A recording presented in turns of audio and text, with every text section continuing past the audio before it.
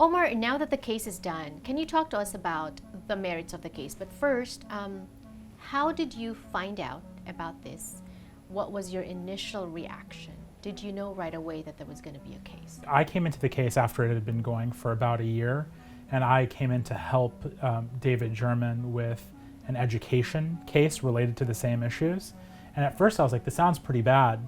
And then we started going through the evidence, and I couldn't believe how many people knew that the boys were being hurt and did nothing about it. It was totally shocking. So within a week, I knew it was a horrible, horrible case. Right. And did you think that it was going to drag this long? So what? It took, 4 or 5 years after the fact? And even when the case, I know that there had been delays, and then the actual trial went 4 weeks of every day. When I first got this case, I thought you would have to be crazy not to settle this case if you're the school district, because they so clearly failed these kids so badly. But then as time went on, the behavior from the other side, we just couldn't totally understand. And then after a year or so, I was like, oh, we're going to have to take this all the way through trial. Right. You have experience trying cases like this. What was special, unique about this case? I think the biggest thing that was unique about this case was that it was about a bunch of adults who let a child abuser get away with it for so long. Usually you have a case in which there's a child abuser and then people intervene quickly.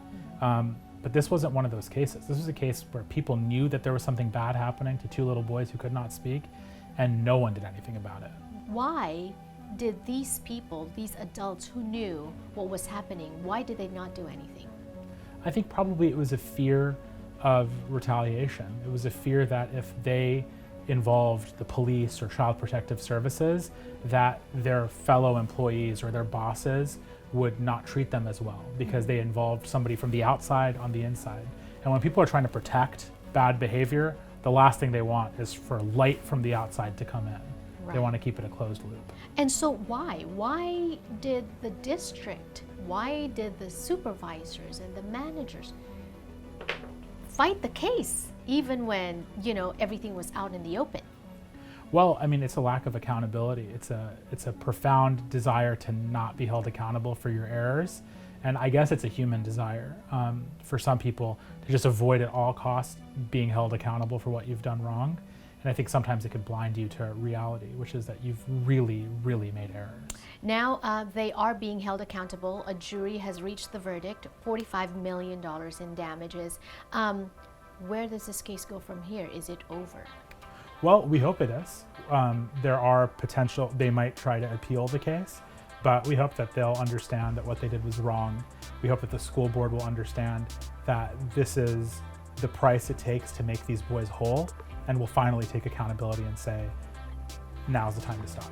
What is the message that this verdict is giving to school districts, employees of school districts, especially those that work with children?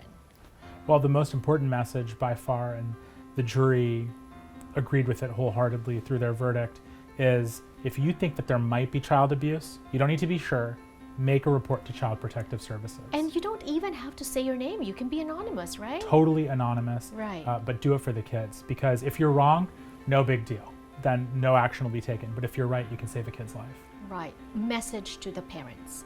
The message to every single parent is watch your kids. Be careful, stay active, stay involved. These special needs parents, they fight for their kids all the time. Keep fighting, keep up the good fight, because even in situations like this where people tell you, no, your case has no merit, it doesn't matter, your community through a jury might stand up and support you. Message for children out there, message for children with special needs. Yeah, for every kid with a special need who's able to talk, get help. Don't be scared to talk out. And for those who can't talk, that's our responsibility to speak for them. I love that. Do you think that the fact that the boys are Asian Americans, that the boys are Asians, do you think that that factor played in? Very likely, yes. There's 2 things that we're working against the boys. First of all, they're not like the dominant culture or race.